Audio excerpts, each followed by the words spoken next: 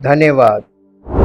जीवित और महान सामर्थी परमेश्वर, हम आपका हृदय से धन्यवाद करते हैं इस समय के लिए प्रभु, कि हम सब अवसर पाकर आपकी उपस्थिति में एकत्रित हुए हैं, ताकि प्रभु आपकी पवित्र आत्मा के द्वारा आपके वचनों को समझें और आपके वचनों के द्वारा प्रभु हम उस सत्य को प्राप्त करें जिससे हमें स्वतंत्रता प्राप्त होती है, जिससे हमें छुटकारा प्राप्त होता है।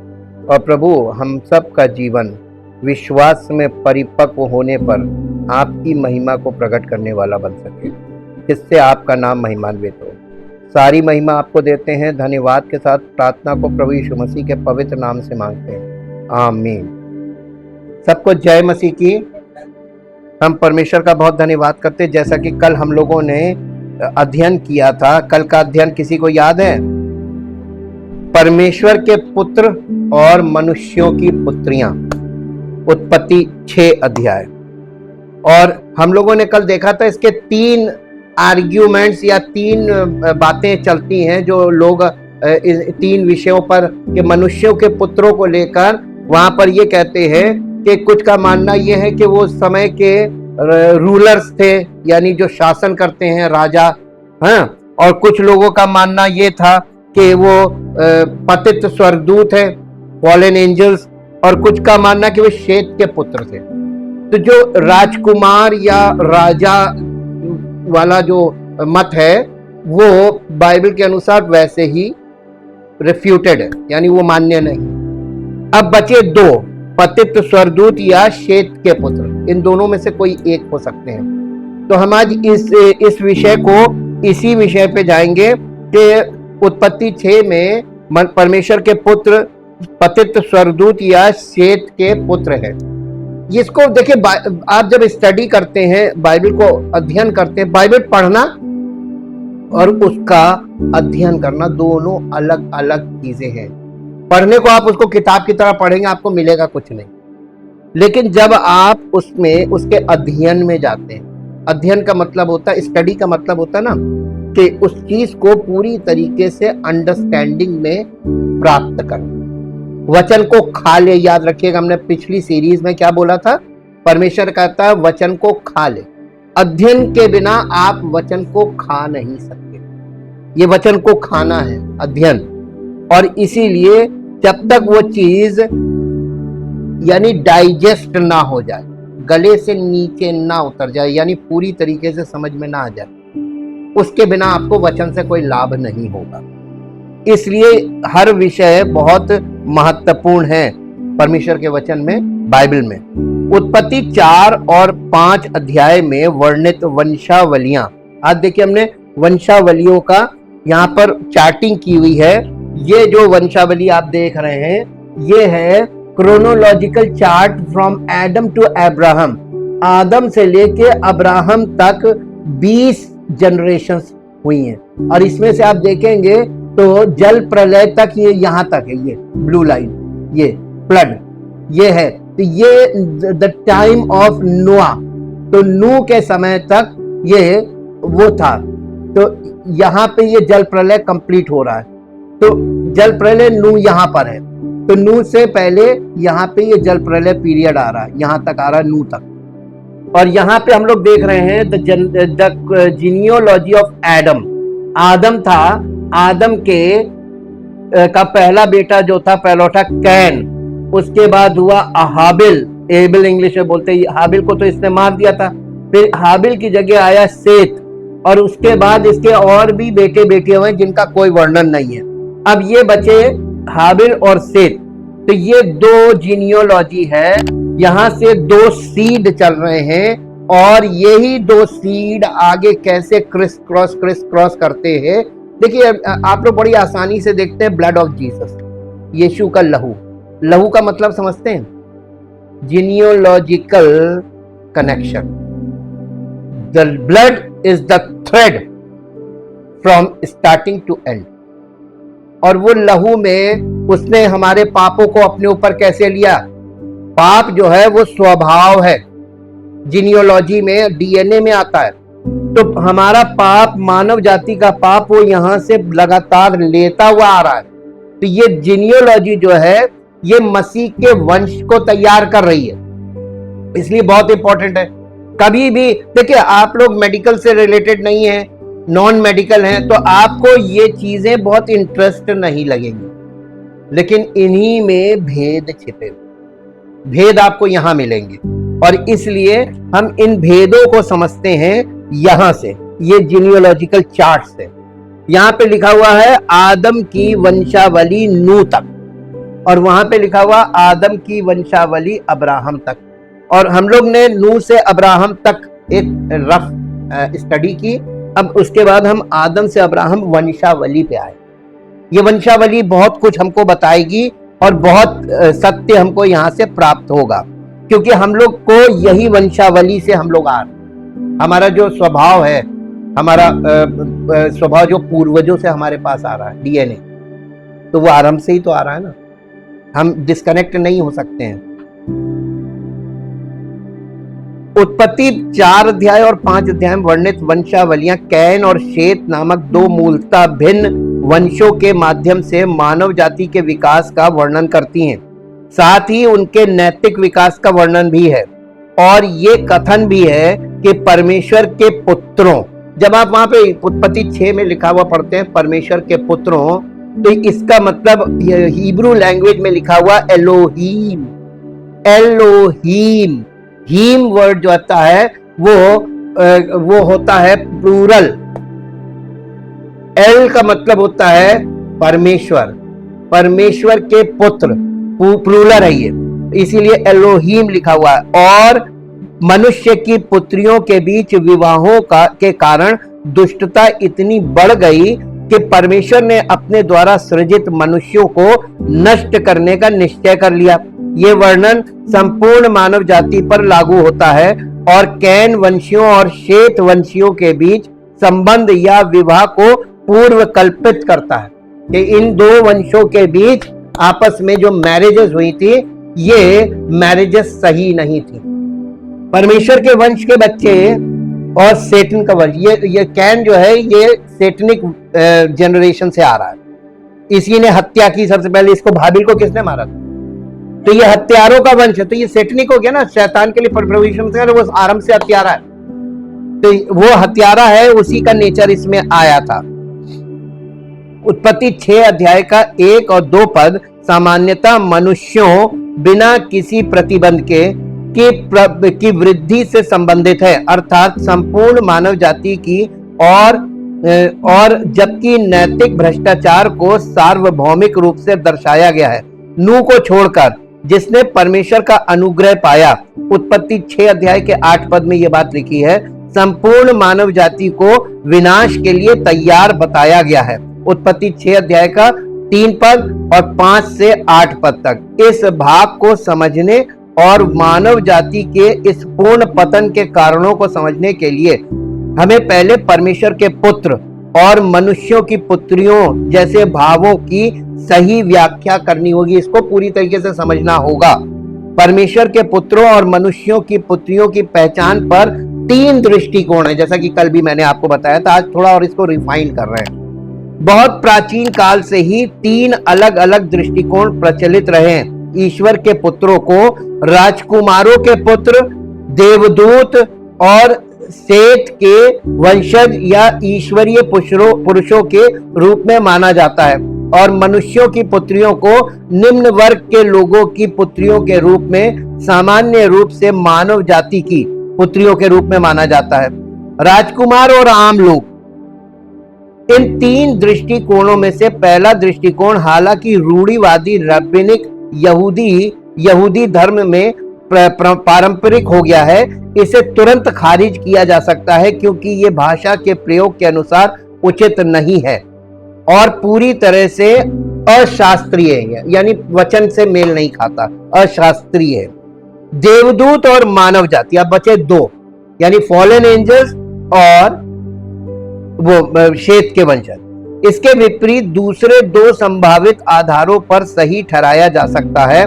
पहला ये तथ्य कि अय्यूब उसका पहला अध्याय और उसके 6 पद में, वहां पर हम कहते हैं, वहां पे हमको ये मिलता है कि परमेश्वर की उपस्थिति में परमेश्वर के पुत्र और शैतान भी उनके बीच में आया। तो वहां पे परमेश्वर के पुत्र आए, वो एंजल्स है बट फॉलन एंजल्स नहीं है, वो एंजल्स है। उसके बाद 2 अध्याय उसके पहले पद में भी वही सेम चीज है, वो एंजल्स के बारे में है। और 38 अध्याय, नूह का 38 अध्याय और 7 पद, यहाँ पर सारे स्वर्गदूतों के विषय में बताया जा रहा, वो भी एंजल्स हैं, फॉलन एंजल्स नहीं है। डैनियल की पुस्तक उसका 3 अध्याय, डैनियल की पुस्तक उसका 3 अध्याय और उसका 25 पद पढ़िए।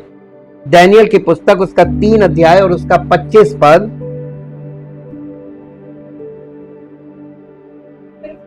फिर उसने कहा, अब मैं देखता हूं कि 4 पुरुष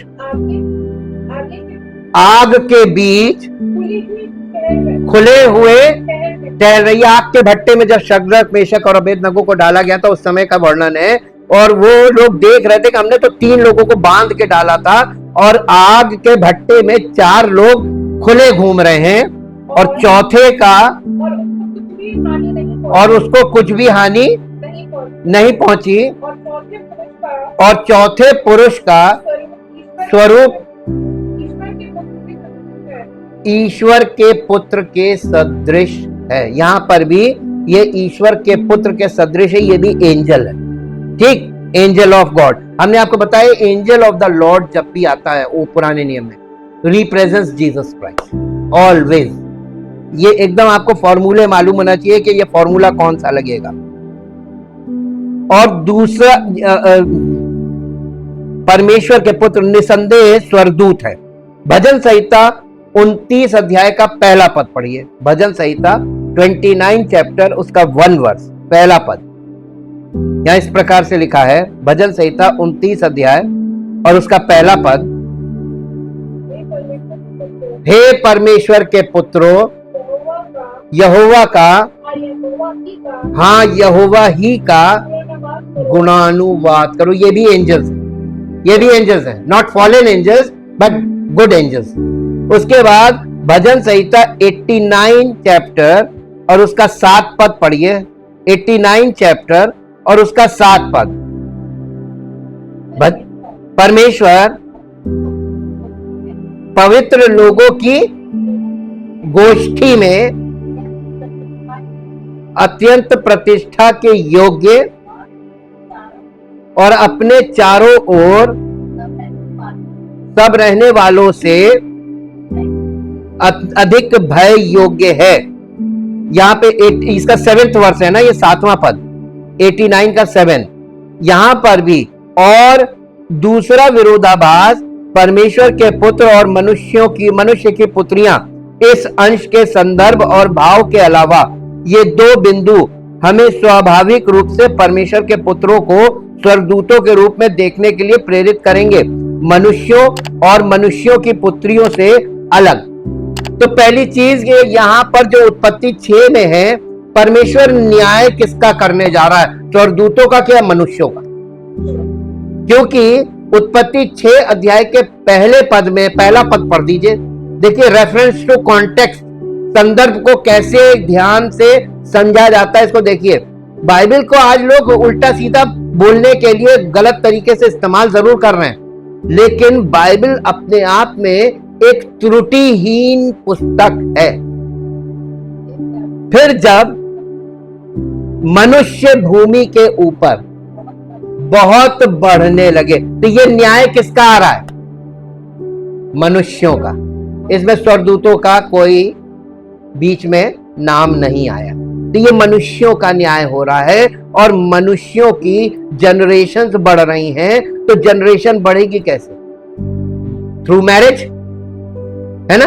तो ये 2 वंश ही तो थे, इन्हीं की तो मैरिजेस से जनरेशन बढ़ रही थी। तो इन दोनों की जनरेशन से जो बच्चे पैदा हो रहे थे, उनका न्याय हो रहा है। अंडरस्टैंडिंग क्लियर हुई? बिल्कुल स्पष्ट है, बाइबल बिल्कुल स्पष्ट और बिल्कुल करेक्ट है।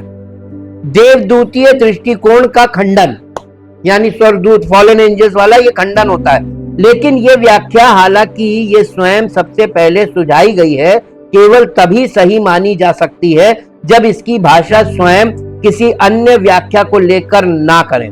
लेकिन ऐसा नहीं है।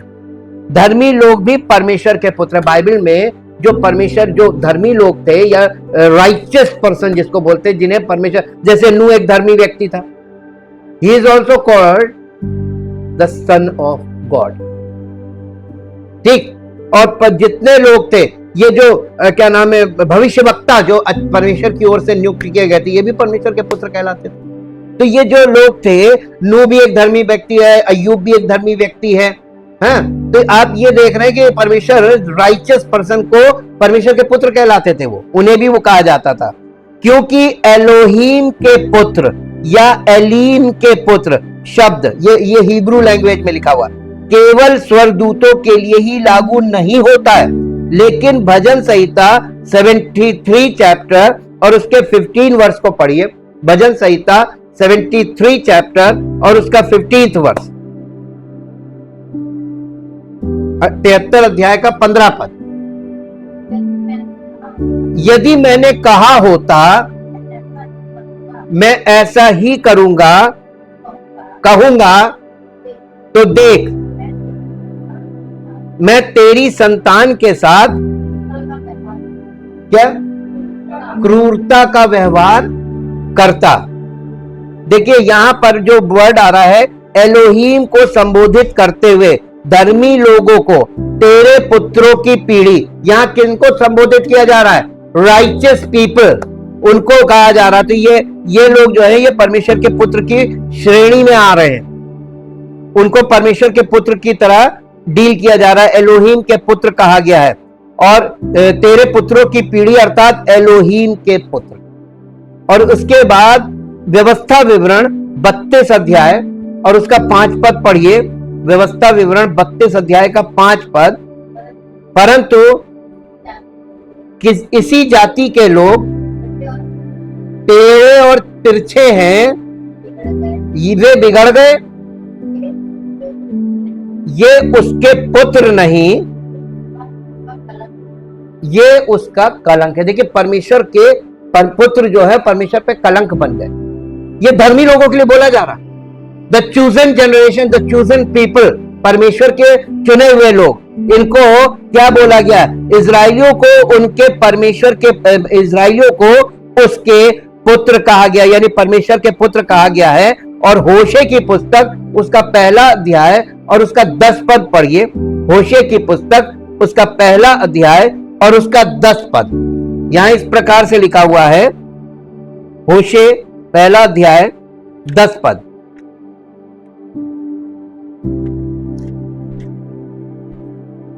पहला अध्याय का 10 पद, तो भी इजराइलियों की गिनती समुद्र की बालू की सी हो जाएगी, जिनका मापना और गिनना अनहोना है। और जिस स्थान में उनसे ये कहा जाता था तुम मेरी प्रजा नहीं हो, उसी स्थान में वे जीवित परमेश्वर के पुत्र कहलाएंगे, है ना। तो ये परमेश्वर के पुत्र कौन थे? इजराइली। इजराइलियों को भी बोला गया है परमेश्वर के पुत्र, क्योंकि उसके चुने हुए थे, जीवते परमेश्वर के पुत्र। और भजन संहिता चैप्टर 80 अध्याय और उसका 17 पद पढ़िए। यहां पर भी इजराइल को परमेश्वर का पुत्र कहा गया है। भजन संहिता है, तेरे दाहिने हाथ के संभाले हुए पुरुष पर तेरा हाथ रखा रहे, उस आदमी पर जिसे तूने अपने लिए दृढ़ किया है, यानी ये परमेश्वर का हाथ जिस पर बना रहे वो परमेश्वर का पुत्र। ठीक, तो यहां पर भी देखिए इजराइल को पुत्र कहा गया है, जिसे एलोहीम ने बलवंत किया है। ये अंश दर्शाते हैं कि परमेश्वर के पुत्र अभिव्यक्ति को भाषा विज्ञान के माध्यम से स्पष्ट नहीं किया जा सकता, बल्कि इसकी व्याख्या केवल धर्मशास्त्र यानी पवित्र वचन बाइबल द्वारा ही की जानी चाहिए। नैतिक अर्थ में स्वर्गदूत परमेश्वर के पुत्र हैं और वैसे ही ईश्वरीय मनुष्य भी परमेश्वर के पुत्र हैं। तो इसीलिए कंफ्यूजन आता है। स्वर्ग के जितने भी स्वर्गदूत हैं, नॉट फॉलन एंजल, पतित स्वर्गदूत नहीं, परमेश्वर के जो अच्छे स्वर्गदूत, गुड एंजल्स, जो परमेश्वर के ताबे हैं, और जो फॉलन एंजल्स है, ये शैतान और उसके दूत है जो गिरा दिए गए थे, एक्चुअली बाद में बाइबल इनको दुष्ट आत्मा बोलती है, इविल स्पिरिट्स। और ये जो गुड एंजल्स हैं, ये परमेश्वर के दूत हैं और ये परमेश्वर की इच्छा पूरी कर। देखिए, जब डैनियल प्रार्थना कर रहा था, जिब्राइल आया, मिकाइल आया, है ना। तो ये क्यों? मदर मेरी के पास यीशु मसीह के पैदा होने की भविष्यवाणी लेकर जिब्राइल आया, है ना। तो ये देखिए आप, बाइबल, पूरी बाइबल में एंजल्स हैं, वो परमेश्वर का काम कर रहे हैं। दूत यानी उसका समाचार जाके लोगों तक देना, और वो एज इट इज देते थे। जैसे परमेश्वर ने मेरे लिए कोई मैसेज भेजा है, वो आकर मुझे मैसेज देंगे और चले जाए। तुम जानो और परमेश्वर जानो, मैं नहीं जानता। इसीलिए इसके अलावा जब इसे स्वर्गदूतों पर भी लागू किया जाता है, तब भी यह संदिग्ध है कि इसे भौतिक या नैतिक अर्थ में समझा जाए। ये धारणा कि इसे भौतिक अर्थ में नोमेन नेचुरे यानी प्रकृति का एक नाम के रूप में प्रयुक्त किया जाता है, ना कि स्वर्गदूतों के लिए नोमेन ऑफिसी यानी सेवा का एक नाम के रूप में। और ये एक भौतिक प्रकार की उत्पत्ति को पूर्व कल्पित करता है। हमें एक अशास्त्रीय और ज्ञानवादी त्रुटि मानकर अस्वीकार हमें इसे एक अशास्त्रीय ज्ञानवादी त्रुटि मानकर अस्वीकार कर देना चाहिए। शास्त्रीय दृष्टिकोण के अनुसार स्वर्गीय आत्माएं ईश्वर की रचनाएं हैं और ईश्वरीय सार से उत्पन्न हुई हैं। इसके अलावा स्वर्गदूतों पर प्रयुक्त अन्य सभी शब्द अपने स्वभाव में नैतिक हैं।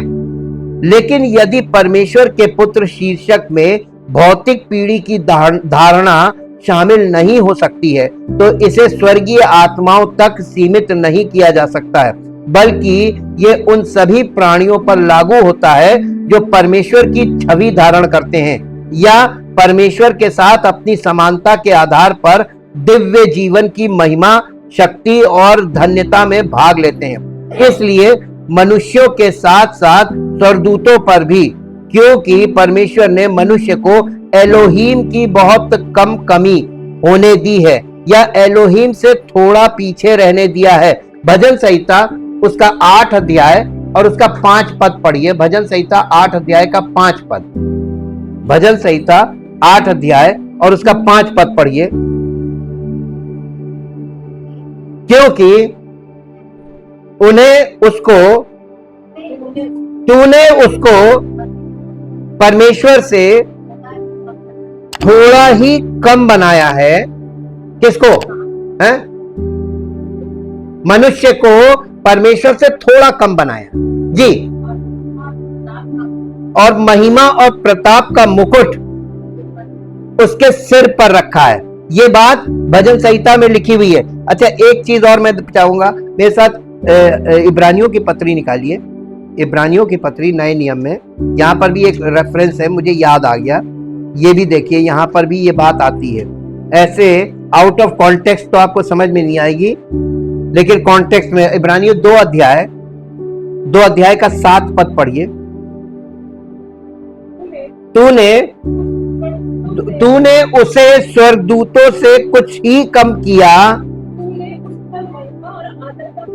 तूने उस पर महिमा और आदर का मुकुट रखा है और उसे अपने हाथों के कामों पर अधिकार। ये मनुष्य की बात कर रहा है। मनुष्य को स्वर्गदूतों से कुछ कम बनाया गया। इसलिए परमेश्वर के पुत्र मनुष्यों के लिए भी इस्तेमाल हो रहा है। गॉडली जनरेशन और गॉडली पीपल, उनके लिए इस्तेमाल होता है, सबके लिए नहीं होता है। तो यहां पे परमेश्वर 2 वंश की बात कर रहा है। इसलिए ये अंडरस्टैंडिंग हमारी क्लियर होनी चाहिए कि ये क्या नहीं है और ये है क्या, जिससे कि न्यायाधीशों को भी एलोहीम और परम प्रधान के पुत्र कहा जाता है। न्यायाधीशों में जो न्याय करते हैं उन्हें भी परमेश्वर के पुत्र कहा जाता है। अब पहले जमाने में वो लोग एक विग पहनते थे, उनको मी लॉर्ड बोला जाता है ना। आदर सब मनुष्यों में सबसे ज्यादा आदर। ठीक, भजन संहिता चैप्टर 82 वर्स 6। भजन संहिता चैप्टर 82 वर्स 6 पढ़िए।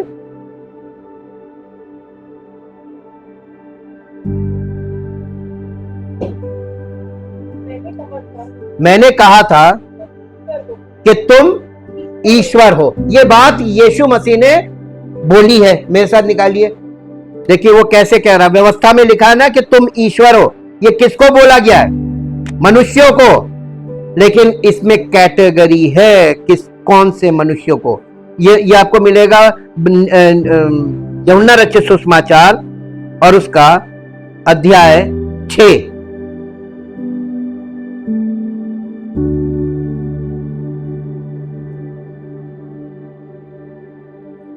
अध्याय नहीं, 6 अध्याय नहीं है, हाँ 7 अध्याय में ये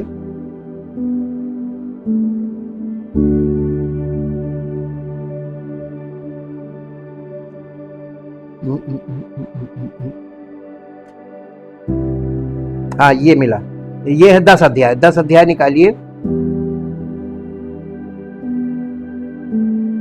34 पद पढ़िए, 34 वर्ष, चैप्टर 10 वर्स 34। यीशु ने उन्हें उत्तर दिया, ये यहूदियों से बात कर रहा है यीशु मसीह। उन्हें उत्तर दिया, क्या तुम्हारी व्यवस्था में नहीं लिखा है? मैंने कहा, ये ईश्वर ने कहा था, मैंने कहा तुम ईश्वर हो जी। यदि परमेश्वर ने, यानी उसने का मतलब परमेश्वर ने, यदि उसने उन्हें ईश्वर कहा जिनके पास परमेश्वर का वचन किनके पास पहुंचता था? भविष्यवक्ताओं के पास। भविष्यवक्ताओं को भी ईश्वर बोला जाता था। उन्हें ईश्वर कहा जिनके पास परमेश्वर का वचन पहुंचा और पवित्र शास्त्र की बात असत्य नहीं हो सकती। तो जिसे पिता ने पवित्र ठहराकर जगत में भेजा है, तुम उससे कहते हो तू निंदा करता है। यानी यीशु मसीह ईश्वर का पुत्र था और वो उस पर उंगली उठाते थे, जबकि व्यवस्था में लिखा हुआ था। देखिए उनकी अंडरस्टैंडिंग, ये उनके पास वचन का ज्ञान था लेकिन परमेश्वर का ज्ञान नहीं था। आज भी यही समस्या सेम चली आ रही है। अब यहां से आपको बहुत क्लैरिटी मिलने लगी होगी कि क्योंकि यद्यपि परमेश्वर के बच्चे का विचार वास्तव में पुराने नियम में भी इजराइल तक अपनी ईश्वर शासित सीमा से परे। निर्गमन की पुस्तक 4 अध्याय उसका 22 पद पढ़िए। निर्गमन की पुस्तक 4 अध्याय और उसका 22 पद जी। निर्गमन 4 अध्याय का 22 पद। और तू फिरौन से कहना, यहोवा यूं कहता है कि इजराइल मेरा पुत्र वरन मेरा जेठा है, पहलौठा। इजराइल, यहां पे देखिए आप, परमेश्वर इजराइल को यानी पूरी जनरेशन को, इजराइल द नेशन को सिंगुलरली बोल रहा है मेरा पुत्र। तो परमेश्वर एक व्यक्ति को पुत्र बोलता है और कहीं कहीं परमेश्वर पूरे समुदाय को पुत्र कहता है। देखा आपने, ये हिब्रू लैंग्वेज में है, इसलिए इनके जो वो हैं इंटरप्रिटेशंस, उसमें प्रॉब्लम्स आई। व्यवस्था विवरण 14 अध्याय उसका पहला पद पढ़िए। 14 अध्याय पहला पद। ये यहां पे एक्चुअली हिब्रू में लिखा एलोहीम के पुत्र। तुम अपने परमेश्वर यहोवा के पुत्र हो। इजराइल को, his whole Israel the nation is called the son of God। तो यीशु मसीह कहां से आ रहा? इजराइल में से, है ना? तो सन ऑफ गॉड नहीं है क्या? इजराइल लोग ही इसका विरोध कर रहे थे, व्यवस्था के जानने वाले। अब उनकी जानकारी देख लीजिए और आज के मसीही लोगों की जानकारी देख लीजिए, कितना वचन को समझते हैं। जब तक कुश्ती नहीं लड़ेंगे वचन में, मिलेगा कुछ नहीं। एक व्यापक नैतिक अर्थ, भजन संहिता 73 चैप्टर उसका 15 वर्ष पढ़िए। भजन संहिता 73 चैप्टर और उसका 15 वर्ष 15 पद। यदि मैंने कहा होता कि मैं ऐसा ही कहूंगा, तो देख मैं तेरी संतान के साथ क्रूरता। यहां पे संतान जो है वो एलोहीम के पुत्र हैं। ये परमेश्वर अपने पुत्रों को कह रहा है। नीति वचन 14 अध्याय और उसका 26 पद पढ़ दीजिए। 14 अध्याय का 26 पद,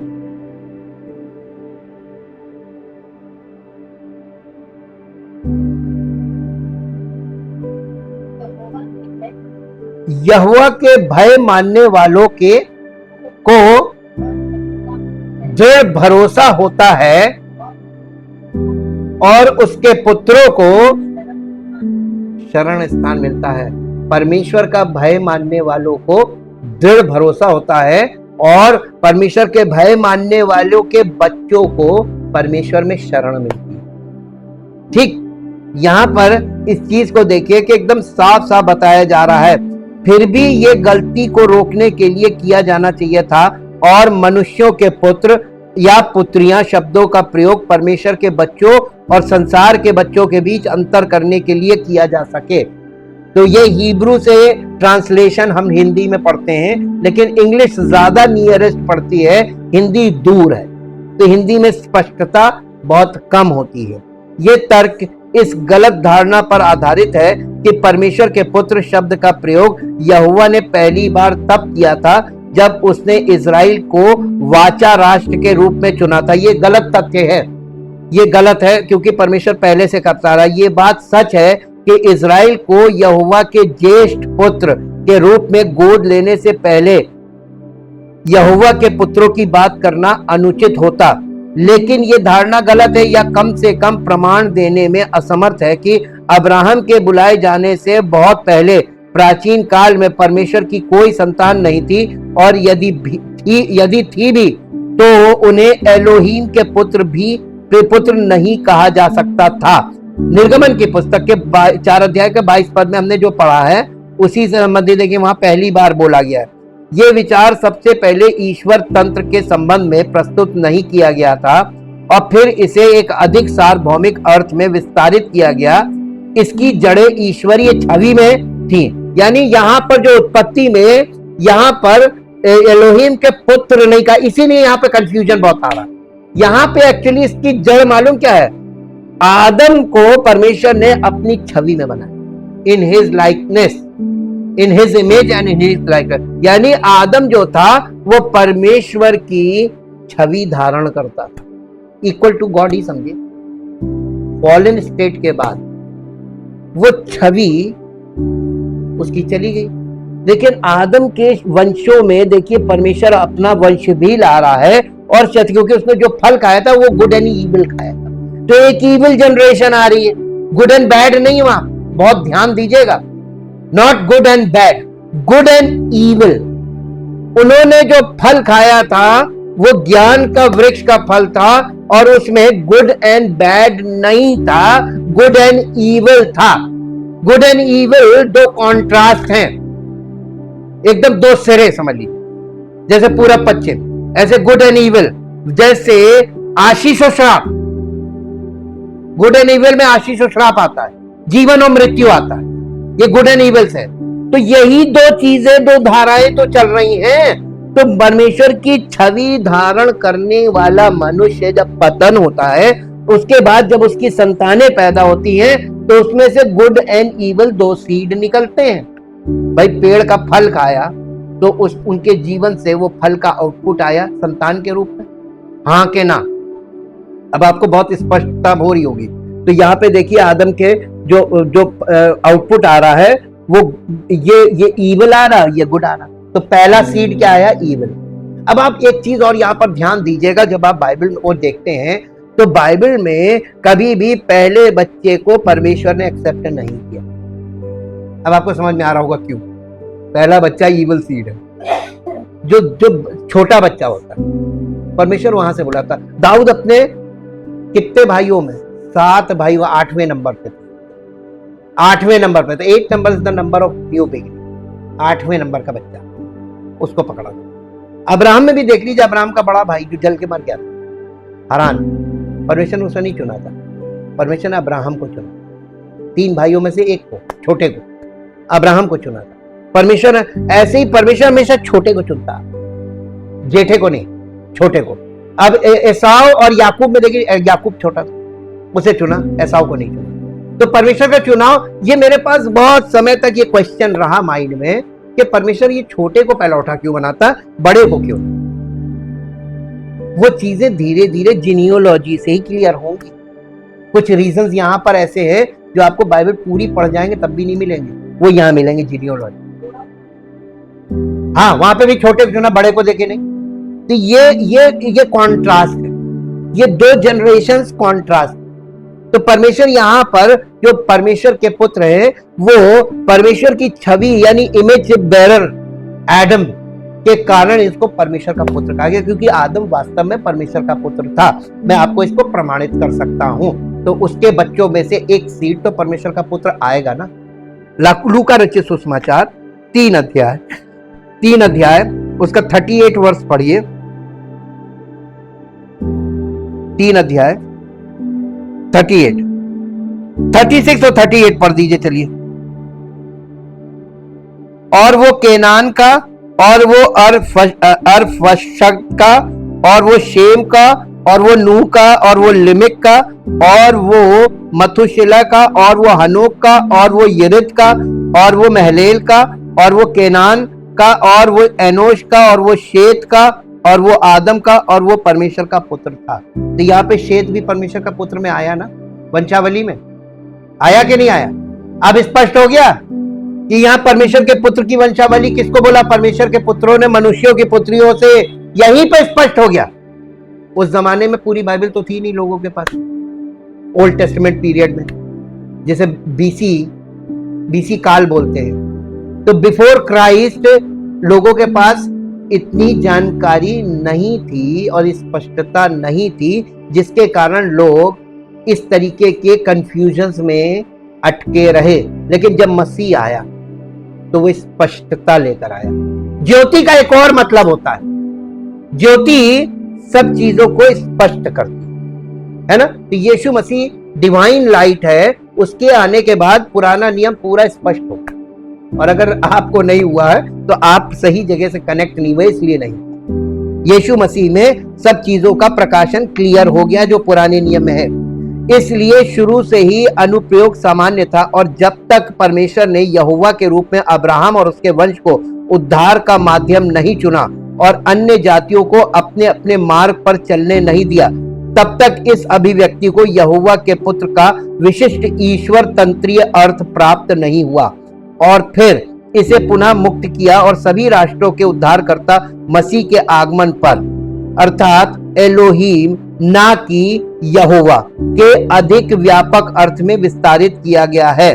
यदि प्राचीन काल के समय में ऐसे धर्मपरायण पुरुष थे जो हनोक और नूह की तरह एलोहीम के साथ चलते थे। अभी हमने आपको लूका रचित सुसमाचार में जो वंशावली दी उसमें नाम आप देखिएगा, और इसमें सब नाम देखिएगा, सब आपको मिलेंगे। इसमें सब नाम मिलेंगे, यहां पर भी आपको सब नाम मिलेंगे। देखिए, कैनान था, एनोश था, सेत, एनोश, कैनान, महालेल, जरेद और एनोक और मथुशेला, लमेक, नोआ, शेम। ये इसके बाद ये नूह का लड़का था शेम। यदि प्राचीन समय में ऐसे धर्मपरायण पुरुष थे जो हनोक और नूह की तरह एलोहीम के साथ चलते थे, या जो भले ही वे परमेश्वर के इस करीबी पुजारी संबंध में नहीं थे, उन्होंने अपनी धर्मपरायणता और परमेश्वर के भय के माध्यम से दिव्य छवि को वास्तविकता बना दिया, तो परमेश्वर के पुत्र यानी परमेश्वर के बच्चे भी थे, जिनके लिए एकमात्र सही उपाधि एलोहीम के पुत्र थी, क्योंकि यहोवा के पुत्रत्व को इजराइल के आह्वान के साथ पेश किया गया था। इसलिए यह केवल पूर्वानुमानित रूप से हो सकता था कि पुरानी दुनिया में परमेश्वर के बच्चों को यहोवा के पुत्र कहा जा सकता था। लेकिन अगर ये अभी भी तर्क दिया जाए कि केवल ईश्वर के पुत्र शब्द को ईश्वर के बच्चों या धर्मपरायण पुरुषों पर लागू नहीं किया जा सकता है, तो ये यहोवा के पुत्रों पर भी समान रूप से लागू होगा। दूसरी ओर इसे स्वर्गदूतों पर लागू करने पर हमारी ये आपत्ति है कि धर्मपरायण जो ईश्वर के साथ चलते थे और प्रभु का नाम पुकारते थे। उत्पत्ति 4 अध्याय उसका 26 पद पढ़िए। उत्पत्ति की पुस्तक 4 अध्याय और उसका 26 पद। जी, उत्पत्ति 4 अध्याय 26 पद। शेत के भी एक पुत्र उत्पन्न हुआ और उसने उसका नाम एनोश रखा। उसी समय से लोग यहोवा से प्रार्थना करने, यहोवा वर्ड भी आया और प्रार्थना भी आई। तो इसका मतलब शेत के वंश के जो बच्चे थे वो सब परमेश्वर को मानने वाले। स्पष्ट हो गया ना? बाइबल इंटरप्रेट इटसेल्फ, हमेशा याद रखिएगा, ये फॉर्मूला कभी फेल नहीं होता है। आप लोगों के प्रचारों में उनकी झूठी शिक्षा के शिकार बने, उससे अच्छा बाइबल पर ध्यान दें, यहां आपको सब मिलेगा। यहाँ पे जबकि स्वर्गदूतों का कोई संकेत नहीं किया गया था, यहां तक कि उनकी रचना का भी नहीं। अब यहाँ पे आपको उत्पत्ति में जो 6 अध्याय है, यहाँ पे परमेश्वर के पुत्र शेत के वंश है, स्पष्ट हुआ कि नहीं हुआ? क्रिस्टल क्लियर हुआ कि नहीं हुआ? हुआ ना? तो ये शेत के वंश को परमेश्वर के पुत्र कहा गया है और कायन के वंश की लड़कियों को मनुष्यों की पुत्रियां कहा गया है। क्योंकि सबसे बड़ी बात कि परमेश्वर मनुष्यों का न्याय कर रहा था, स्वर्गदूतों का नहीं कर रहा था। दूसरी बात, एक पॉइंट और है जो इस पॉइंट को क्लियर करेगा, और वो मुख्य पॉइंट है उत्पत्ति की पुस्तक 3 अध्याय और उसका 15 पद पढ़िए। यहां पर देखिए, इसको यहां से पढ़ दीजिए, 14 पद से पढ़ दीजिए। परमेश्वर का न्याय। तब यहोवा परमेश्वर ने सर्प से कहा, तूने जो ये किया है इसलिए तू सब घरेलू पशुओं और सब बनेले पशुओं से अधिक श्रापित है। तू पेट के बल चला करेगा और जीवन भर मिट्टी चाटता रहेगा, यानी धूल फांकता रहेगा। अगर ये वाली चीज मनुष्य पे लागू हो तो जो मनुष्य श्रापित होता है वो पेट के बल चलता कैसे? वो अपने पेट के लिए सारे कुकर्म करता है, पेट के लिए, है ना? सारे झूठ बोलेगा पेट के लिए, भोजन, है ना? पेट के लिए कर रहा ना। आप इसका सिंबॉलिक देखिए, शैतान को बोला तो पेट के बल चला करेगा, और इसके वंश में जो मनुष्य भी आते वो भी पेट के, वो सिर्फ अपने पेट के लिए जीते, खाने के लिए जीते, सारी जिंदगी लड़ाई झगड़े सब पेट के लिए। तो पेट के बल चला, धूल फाकेगा, ये श्राप के अंतर्गत। और फिर पढ़िए इसमें आगे क्या लिखा है, और मैं तेरे और स्त्री के बीच में। अब देखिए यहां पर 2 चीजें, 2 वंश की बात परमेश्वर ने की थी। ये बात किससे की कर रहा है परमेश्वर? परमेश्वर किससे बात कर रहा है? अब आप ये बताइए, उस जमाने के मनुष्यों को इतना ज्ञान नहीं था, लेकिन शैतान, Satan knows what God said and what is God going to do। परमेश्वर अब एक वंश लाने जा रहा है। पकड़िए यहां पे, परमेश्वर ने इससे कहा था, मैं तेरे वंश और इसके वंश, स्त्री के वंश के बीच में। यहां पे स्त्री वर्ड यूज किया है, स्त्री के वंश और तेरे वंश के बीच में बैर उत्पन्न करूंगा। कौन? परमेश्वर। वो जो वंश है ना, जो परमेश्वर का वंश होगा, वो तेरे सर को कुचल डालेगा। और शैतान से कह रहा था तू उसकी एड़ी को डसेगा। तो यहां पे देखिए 2 वंश की बात उसने करी थी, और शैतान को मालूम था कि ये वंश परमेश्वर मनुष्यों से ही लाएगा, क्योंकि यीशु मसीह मनुष्य योनि से आना था, स्वर्गदूत नहीं था। ठीक, वो 100% मैन और 100% गॉड, जैसे आदम पतन से पहले। तो प्रभु यीशु मसीह को सही तरीके से समझने के लिए आपको ये क्लियर होना चाहिए कि यहाँ पे 2 वंश आए। शैतान क्या कर रहा था मालूम है? क्यों परमेश्वर ने जल प्रलय में इन सबको मिटा दिया? जो बाइबल को नहीं समझते हैं आज के सांसारिक लोग, मैं खुल के बोल रहा हूं, वो लोग जब बाइबल में ये वाला अंश पढ़ते या सुनते हैं तो उनके अंदर एक मानवता काम करती है। परमेश्वर तो बड़ा क्रूर है, उसने समस्त मानव जाति को कैसे मिटा दिया? इतना क्रूर परमेश्वर कैसे हो सकता है? जी नहीं, परमेश्वर प्यार करने वाला परमेश्वर है। वो तो परमेश्वर से ऊपर अपने आप को रखते हैं कि सारी मानवता के मालिक वही है, सारे सबको जन्म उन्हीं ने दिया, ऐसी भावना प्रकट करते हैं जो गलत है।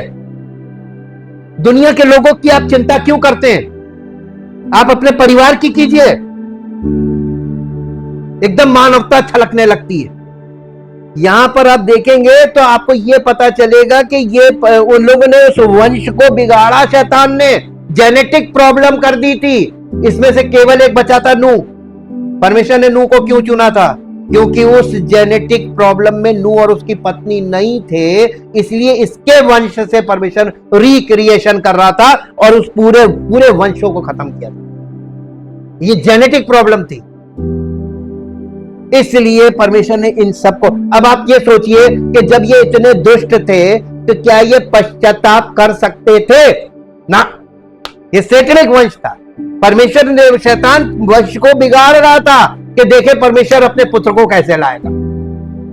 तो ये उत्पत्ति में 3 अध्याय के बाद जो काम शुरू हुआ है, वो शैतान परमेश्वर के लिए रोड़े डाल रहा था कि परमेश्वर, क्योंकि मानव जाति से ही उसको लाना था। परमेश्वर के लिए कठिन चीज क्या थी? मनुष्यों को अपनी इच्छा में रखना। आज माँ बाप अपने बच्चों को अपनी इच्छा में नहीं रख सकते। रख के दिखा दीजिए आप, तो आपको यह बात मालूम होना चाहिए कि इस स्वर्गीय पिता परमेश्वर जो हमारा सृष्टि करता है, वो मनुष्यों को लेकर इस दुनिया में जब उसने अपने बच्चों को रखा और शैतान ने काम शुरू किया और इतना गड़बड़ करता गया, इतना गड़बड़ करता गया, वो कैसे उनकी सुरक्षा कर सकता था? परमेश्वर युक्ति पर युक्ति और अपने प्लान्स क्यों चेंज कर रहा था? क्योंकि शैतान परमेश्वर की योजना को जितना जानता था उतना गड़बड़ कर देता। तो परमेश्वर आगे जाके कुछ चीजें उसको समझ में ही नहीं आती। परमेश्वर अद्भुत युक्ति वाला, इसीलिए शैतान को बुद्धिमान बोला गया, प्रभु यीशु मसीह को कहा गया अद्भुत युक्ति कर। जब आप अपनी सांसारिक और शारीरिक बुद्धि से जो सैतानिक मानी जाती है, उससे आप जब अपने आप को बिल्कुल फंसा लेते हैं, और अगर आप परमेश्वर से जुड़े हुए हैं, कलीसिया से, तो परमेश्वर अद्भुत युक्ति से आपको निकाल लेता है। क्योंकि आपको यही नहीं समझ में आएगा हम प्रार्थना करके बोले क्या, प्रभु हम यहाँ फंस गए, मैं निकलूं कैसे? तो वो कहता है कि तुम्हें बोलने की जरूरत नहीं, मैं तुम्हें निकाल दूंगा। पश्चाताप और समर्पण से निकालता है। अब आप उसको कभी डिक्टेट करने की कोशिश मत कीजिएगा, प्रभु ये कर, क्योंकि तुम्हें क्या मालूम कि तुमको उसको निकालना कैसे, तुम कहां फंसे हो। ये चीज यहां पर हम लोगों को सीखने को मिलती है कि परमेश्वर की बुद्धि जो अद्भुत युक्ति करने वाली है, उसके आगे शैतान जो बुद्धिमान है, उसने उसकी बुद्धि को कैसे फेल किया और उसके बावजूद परमेश्वर का पुत्र आया। अभी हम लोग इस जीनियोलॉजी में जब स्टडी में साथ साथ आगे बढ़ेंगे, तब आपको पता चलेगा कि एक टाइम ऐसा आया कि इसको मालूम था कि दाऊद के वंश में भी, क्योंकि आदम के वंश से फिर दाऊद के वंश में भी आना था, तो दाऊद के वंश में परमेश्वर दाऊद की राजगद्दी पर बिठाएगा उसको, क्योंकि पूरी बाइबल पुराना नियम भरा पड़ा है। तो शैतान ने किया क्या? दाऊद का राजाओं का वंश था, उसने क्या किया? इतना करप्शन किया उनके बीच में, इतना करप्शन किया कि परमेश्वर ने गुस्से में दाऊद के वंश को ब्लड कर्स कर दिया। ब्लड कर्स का मतलब समझते हैं? अब तुम्हारे राजघराने में कोई राजगद्दी पर नहीं बैठे। उस दिन शैतान बड़ा खुश हुआ। That's all. अब परमेश्वर अपने पुत्र को नहीं ला सकता। परमेश्वर उसको फिर भी ले आया। ये चीज आगे की जीनियोलॉजी जब समझेंगे तब आपके सामने खोलेंगे। आप ये देख लीजिए कि परमेश्वर किस प्रकार, मनुष्यों को कुछ पता नहीं था कि वो जेनेटिकली काम कर रहा। यहां पे परमेश्वर काम कर रहा था, आज भी परमेश्वर आपके अंदर काम कर रहा है, आपके हृदय में काम। इसीलिए वचन बहुत जरूरी है। ऐसे मामले भी है, यहां तक कि साधारण गद्य में भी, जिनमें एक ही शब्द का प्रयोग पहले सामान्य रूप में और फिर उसके ठीक बाद अधिक सीमित अर्थ में किया गया है। हमें केवल एक हवाला देने की आवश्यकता है, जो न्यायों की पुस्तक 19 अध्याय और उसके 30 पद में आता है। न्यायों की पुस्तक 19 अध्याय का 30 पद पढ़िए। ये तो आपको शुरू में ही मिलेगी। 19 अध्याय का 30 पद। जितनों ने उसे देखा वे सब आपस में कहने लगे, इजराइलियों के मिस्र देश से चले आने के समय से लेकर आज के दिन तक ऐसा कुछ कभी नहीं हुआ और ना देखा गया अतः इस पर सोच कर सम्मति करो और बताओ। देखिए यहाँ पर इसके थोड़ा ऊपर पढ़ेंगे किस संदर्भ में बोला जा रहा है। जितनों ने उसे देखा वे सब, ये 30 पद 29, जब वे अपने घर पहुंचा तब छुरी ले रखैल को अंग अंग कर अलग करके काटा और उसे 12 टुकड़े करके इजराइल के देश में भेज दिया। इसके विषय में कहा जा रहा है कि ऐसा कभी नहीं देखा गया था, एक रखैल को काट दिया था।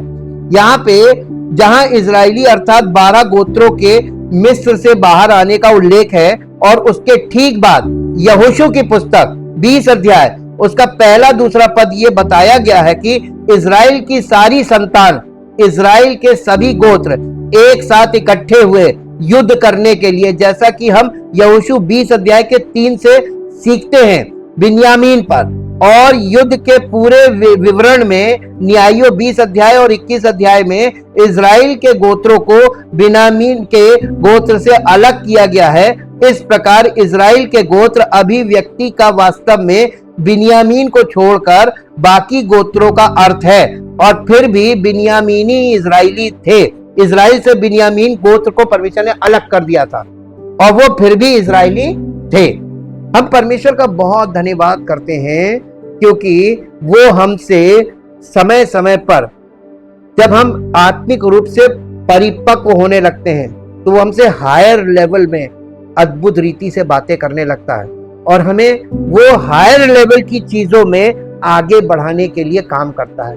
परमेश्वर हमारे बीच में अब ऐसा ही कर रहा है, हमें एक उच्च मार्ग की ओर बढ़ा रहा है।